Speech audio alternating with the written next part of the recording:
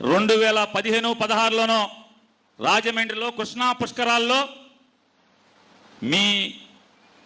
మీరు మీ శ్రీమతి గారు మీ అబ్బాయి మీ వందిమాగదులు అందరూ కలిసి గోదావరిలో బుడుంగని ముక్కు మూసుకుని 3 సార్లు మునిగింది.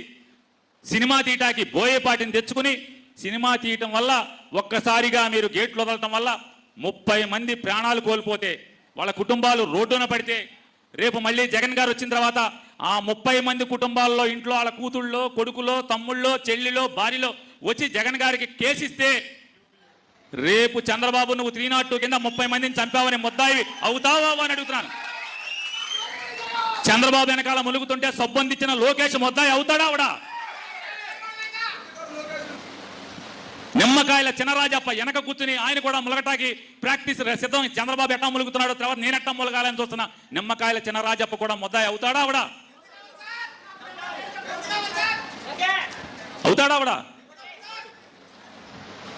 గుంటూరులో పేదరికాన్ని ఎరగా వేసి గుజరాత్